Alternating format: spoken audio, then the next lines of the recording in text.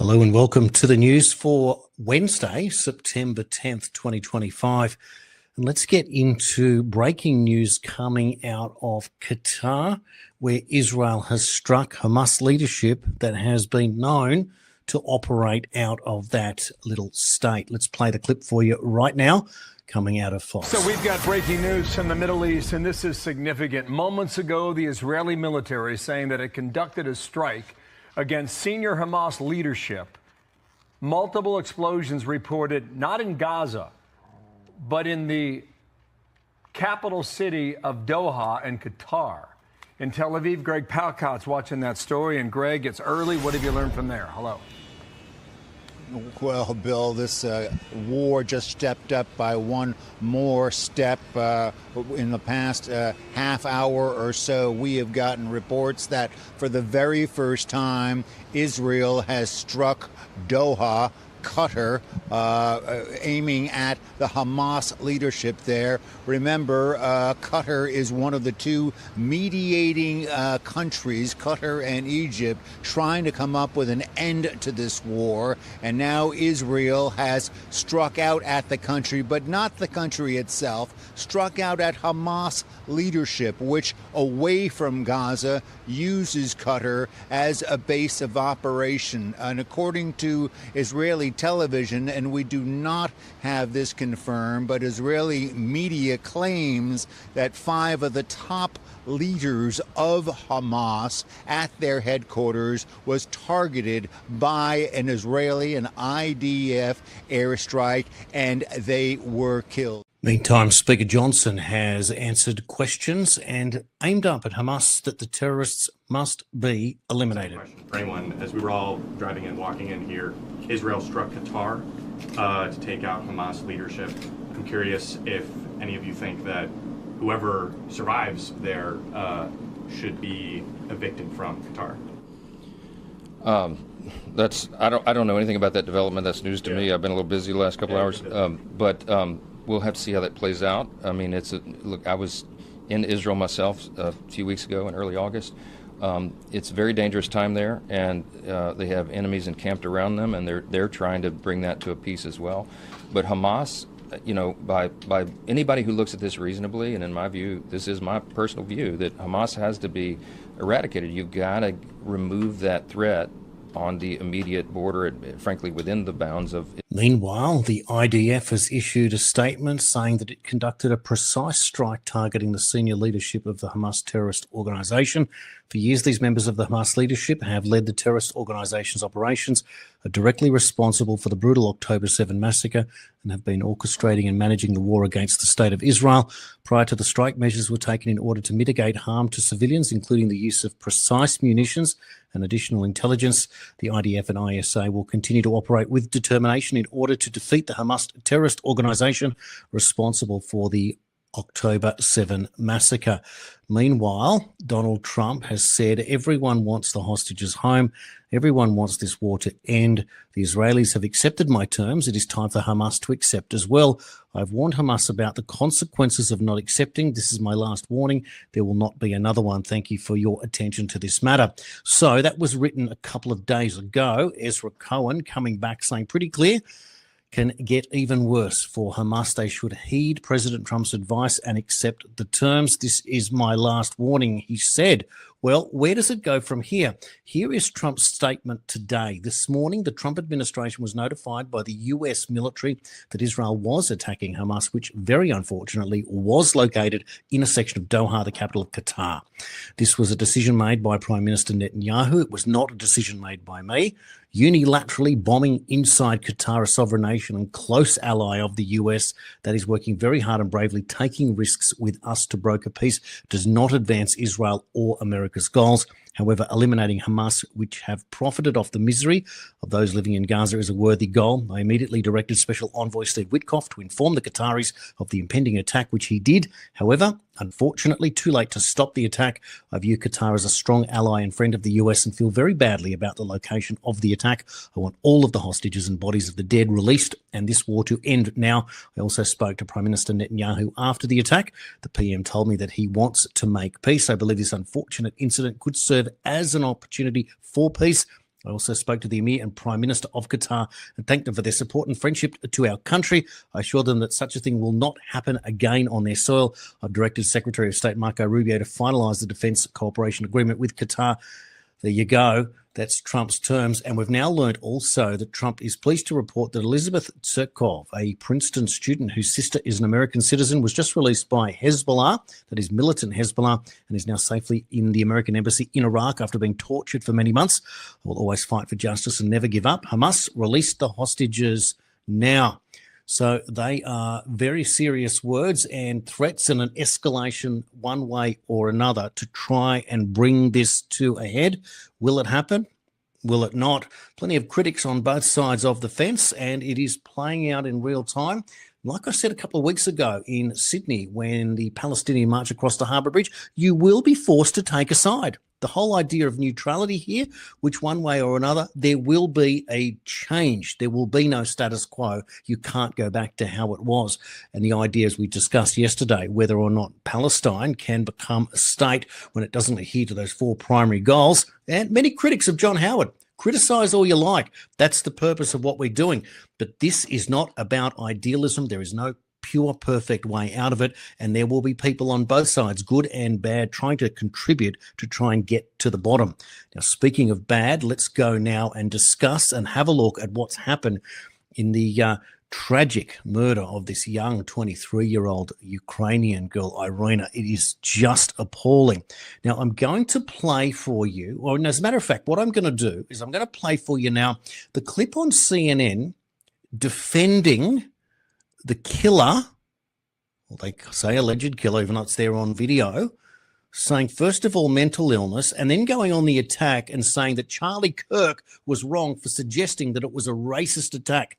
Following that, I'm going to play your short clip, viewer discretion advice, of the actual scene, and I'll let you decide what you see in the clip and how you would deduce. But take a look at this clip from CNN. Want to be there, yeah, and it's about forcing them to be there. When you are mentally ill, you have a hard time knowing that you are mentally ill. But also, I mean, people like Charlie Kirk, Van, they've been looking for opportunities to make this some sort of like reciprocal George Floyd situation, and that's the part that I think he's almost giving away the game, and it's sad to see a lot of people going along with it. You know, let me just say a couple of things. One is, what happened to that young woman was horrible. And it's everybody's nightmare. If you're in any public space, a subway, whatever, that something bad's going to happen to you or somebody you care about. So it does strike a chord. We don't know why that man did what he did. And for Charlie Kirk to say, we know he did it because she's white, when there's no evidence of that, it's just pure race mongering, hate mongering. It's wrong. Then he says that if something like that had happened the other way, there would be sweeping changes imposed on society. Where is the George Floyd Policing Act? It didn't pass. Even when you had a white police officer murder a black man on live television, the whole world saw, there were no sweeping changes. In fact, not one law was passed at the federal level. So I think that's an important thing to point out. The other thing is, you mentioned the thing about cashless bail. I think this is a big challenge that we have. Would you have felt better if there had been cash bail and the mom had come and put down $1,000 to let him out? It's not about cashless bail or no cashless bail. It's about the fact that we don't know how to deal with people who are hurting in the way this man was hurting. Hurt people hurt people. What happened was horrible, but it becomes an opportunity for people to jump on bandwagons. And then for someone like Charlie Kirk, he should be ashamed of himself. No one mentioned the word race, white, black, or anything except him. What people mention is the horror of what happened to. So that's where CNN is going. So let's now present to you some other information. I'm going to play for you now a 14-second clip. Close your eyes if you need to. I want you to have a look at who is surrounding the alleged killer in this scene here on the train.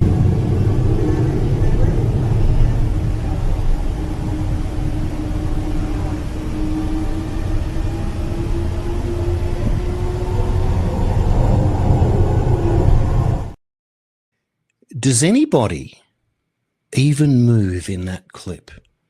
One white woman is attacked and the other people sitting around, obviously not quite sure what's going on, but that girl on the left of screen there, she saw what's going on. She had a phone there. There's blood. You can see what's happening. What is that all about? So, is it a racist attack? Just on percentages? Question mark. Let's now go to this clip that's come out and has been published on the New York Post, where the alleged killer declares his achievement.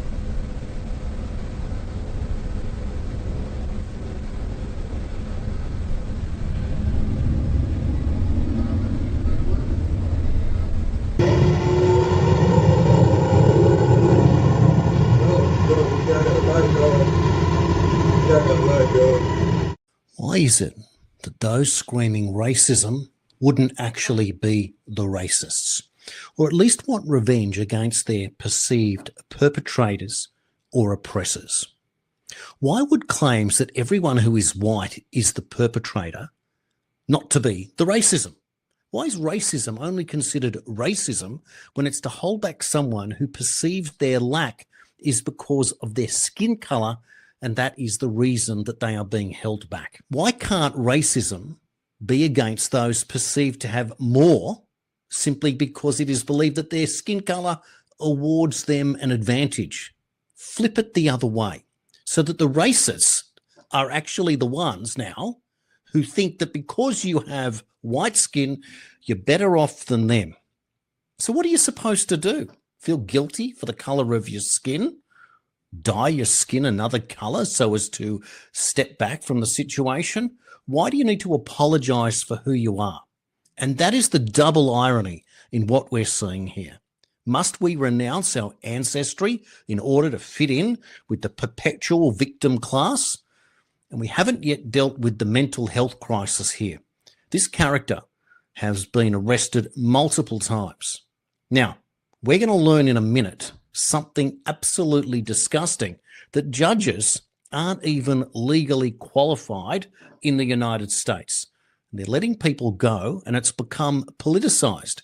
But what possible advantage can you have to be a fan club member of a left-wing political party that literally lets dangerous people walk the streets just because you are so anti the opposite side of politics because you don't feel like that it serves you?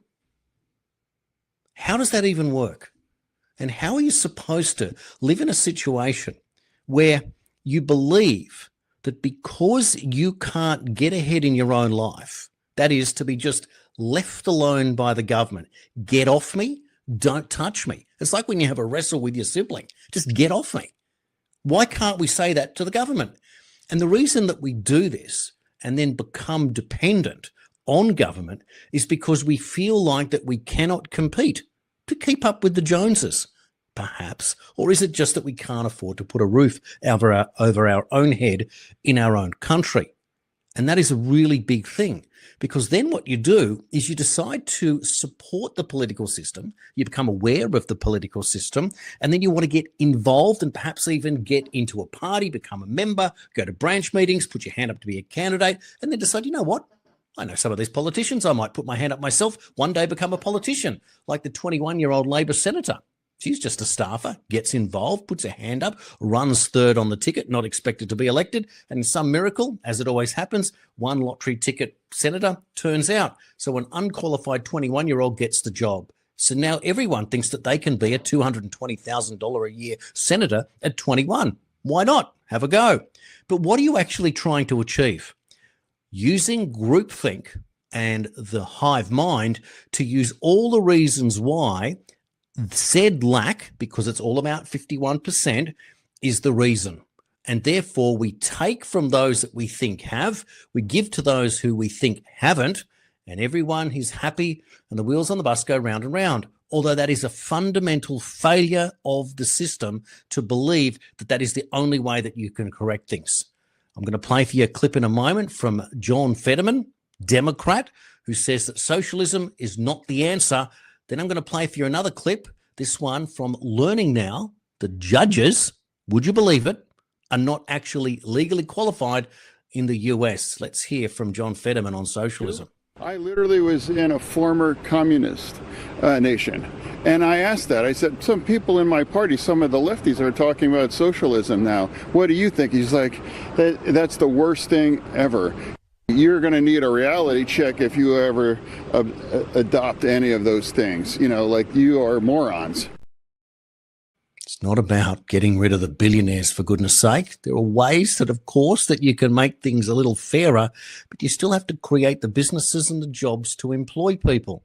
And if there's no money to go around, it doesn't grow on trees, despite what we were told in COVID that it did. When you were just handed $750 a week to stay home, well, now you're $1 trillion in debt. What does that mean? Well, in the meantime, let me play you this staggering clip about so-called judges not legally qualified. Did you know the judge that released this guy didn't even go to law school? Yeah, not even a lawyer. Yeah, these magistrate judges that are making a decision to release these people without bail, yeah, they're not even lawyers. They didn't go to law school.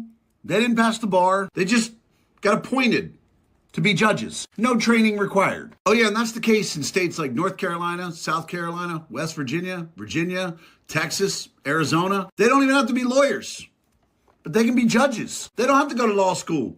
They don't have to pass the bar. However, they sit in judgment over people who did. How the fuck is this a thing? How the fuck do we have judges who didn't even study the law? How did this ever become a thing? That's one of the most insane things I've ever heard. Like, to be somebody's lawyer, you have to go to law school, you got to pass the bar. Like, just to represent a client, you have to do that. To be able to prosecute that person, you got to go to law school, you got to pass the bar. But to be the judge, to be the person overseeing these lawyers, to be the ultimate arbiter of the law, you don't have to go to law school, you don't have to pass the bar. How is this a thing? Meanwhile, let's now hear from President Trump and his thoughts on what happened in Charlotte. For far too long, Americans have been forced to put up with Democrat-run cities that set loose savage, bloodthirsty criminals to prey on innocent people, really very, very innocent people.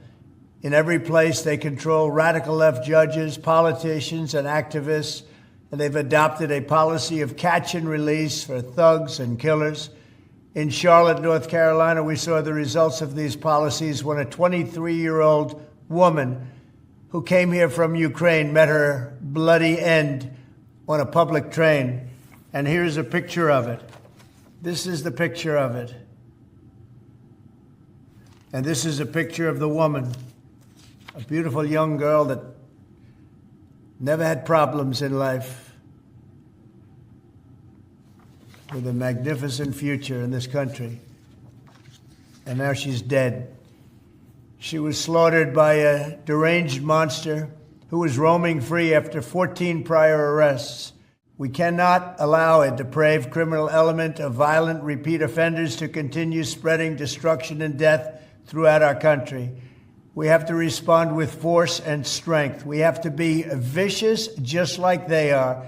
It's the only thing they understand. 24 of the top 25 most dangerous cities in America are run by Democrat mayors. 50 people were murdered in Chicago in recent weeks, with hundreds being shot. And it's time to stop this madness. The people of our country need to insist on protection, safety, law and order. We have proven that it can be done because we did it right here in D.C., in District of Columbia, the capital of America, was a bloodthirsty, horrible, dangerous place, one of the worst. And now it's a crime-free city, and we're going to keep it that way. It can be done. It can happen fast. All we want is, please, Mr. President, we need help. Chicago needs help. Other cities need help. We'll do what has to be done because we're going to make America safe again, and that includes our big cities. We're going to make those cities safe. Thank you. It's hard to believe, isn't it, that that's where we are at today. We saw rallies at the weekend, footage out of DC, literally protesting against law enforcement. So do we want the Wild West? Do we want to get rid of police?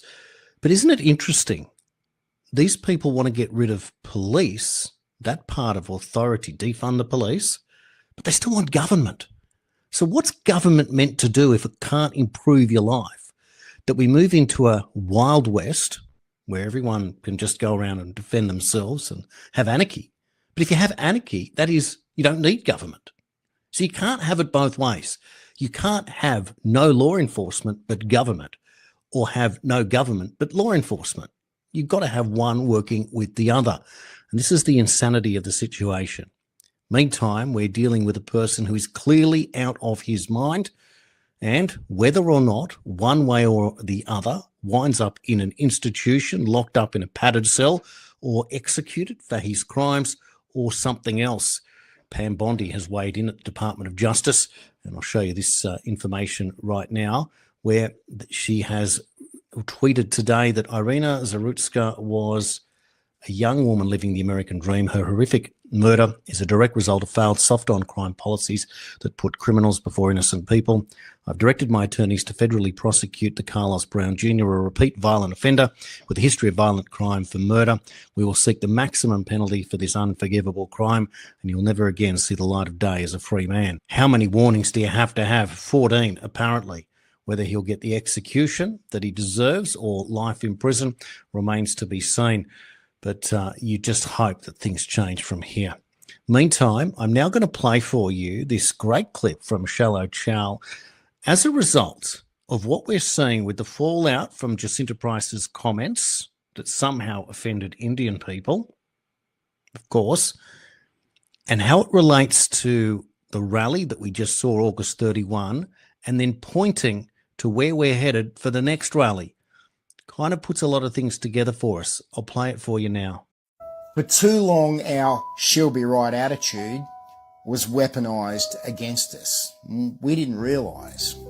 We trusted you, we complied, we waved it off when it felt kind of wrong, and in return, we've been locked in our homes, we've been muzzled online, we've been priced out of our own cities, we can't run businesses, and we're told that we are no longer acceptable as who we are. And then we've been flooded with people and policies we never voted for because we don't really give a shit about politics either. But then they sold out the farm from underneath us. They sold out the suburbs and they sold out our kids' future, all while racking up $1 trillion in debt. This cultural revolution didn't start in anger. It started in heartbreak. This is an Australian cultural revolution. So it's not a revolution in the French sense. There won't be any guillotines or firing squads. This is something slower, simpler, and possibly a little more unpredictable because Australians don't do revolutions. You see, we're a very young country, so we haven't really had the chance to do what most nations have done. And most of us would rather be doing other shit instead.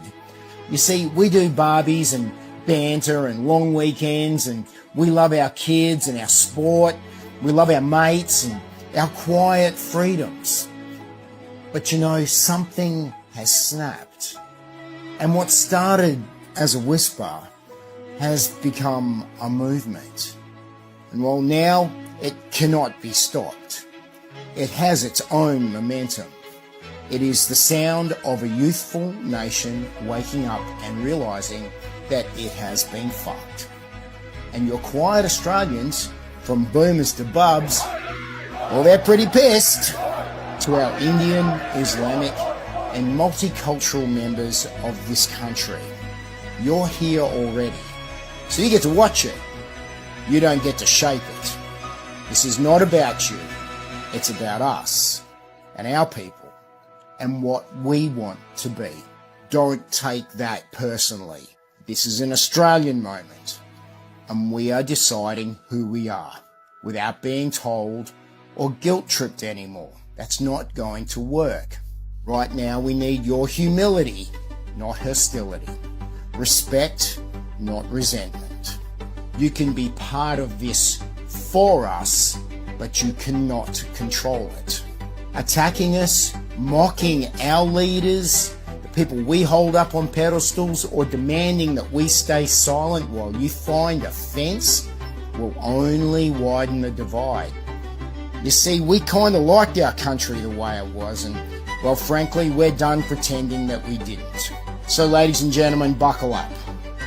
This cultural revolution doesn't need permission, and clearly it will be not asking for anyone's either. We're speaking up. There won't be any foreign flags at our cultural revolution, and we don't care what the political weaklings, foreign interests, or lefties think about it or us. This is an Australian moment that needs to be had. It is overdue, and just like the greatest Aussie moments, things like the charge at Beersheba, the Anzacs at Gallipoli, the type of football we play, the things we celebrate. It's not meant to be normal. It's Australian, and it's going to be fascinating. It might be a little scary, but it will be our way of doing things. Because when Aussies have a blue, we throw fists and then we tend to have a beer together later. That's who we are. That's what our culture does. So don't try to stop what's unfolding here. If you're one of us, lean into it. Have a laugh. Enjoy the little bit of chaos, but don't try to mess with it. You'll only make it worse for yourselves. Sit back. Watch Australia have its cultural revolution. Our own growing pains. Our moment to sort our house out so we can get back to normal. Keep your opinions on us to yourself and let us do what needs to be done. Because, well, calling us racists is just kind of funny at this point because we know that's you being used like a puppet by the uniparty government that hates all of us. Hopefully we'll see you at the next March for Australia event. Bring the family. There won't be any NSN. We've dealt with that. We proved we can and we will again. The next one's going to be biblical. An Australian revolution. Our people. Our time. It's time for us to do this, Australia. I'll see you at the next March for Australia. In some other news, before we go, contradicting Gaza Flotilla's claim, Tunisia's National Guard says that no drones were detected and the blast was caused internally. So yesterday we learnt that Greta Thunberg was on this flotilla and there was a drone attack and the boat had caught fire. Well, we now learnt that that might not have been the case. It was an inside job, literally. You can't make this stuff up. Porn websites will be required to check users are over 18 under new rules being introduced to Australia in the coming months. New rules were revealed as part of a suite of new codes covering pornography, violent and self-harm from the eSafety Commissioner. The changes, which will be in place from March 2026, are aimed at reducing children's exposure to explicit sexual content, self-harm material and extreme violence online. Porn providers will be required to introduce appropriate age assurance measures such as ID checks, credit card verification or biometric age estimation, or risk civil penalties running into the millions of dollars. They must also take appropriate steps to test and monitor the effectiveness of its age assurance and access control measures over time. Similar rules will also apply to app stores, which must ensure 18+ content is appropriately restricted, and to AI platforms amid growing concerns about unregulated chatbots engaging children in sexual or harmful conversations. The Crackdown follows a government-commissioned trial last year that found age assurance technologies were workable in Australia despite raising privacy concerns and questions about data handling. The reforms bring Australia in line with overseas jurisdictions such as the UK, parts of Europe and the US, where pornography sites and high-risk platforms already use age assurance to limit underage access.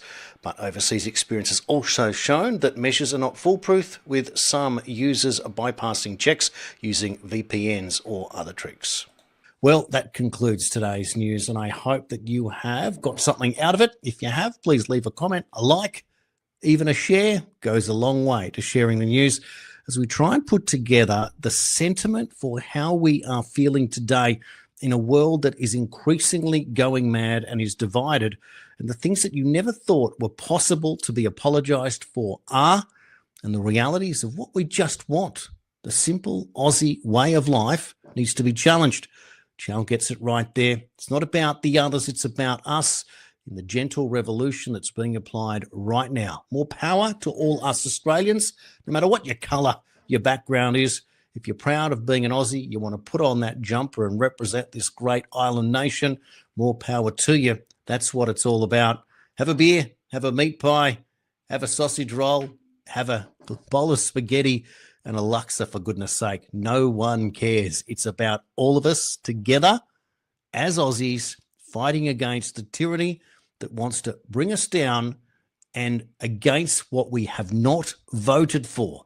The people, with the government working against us, no more. We'll have to fight our way out of this one way or another.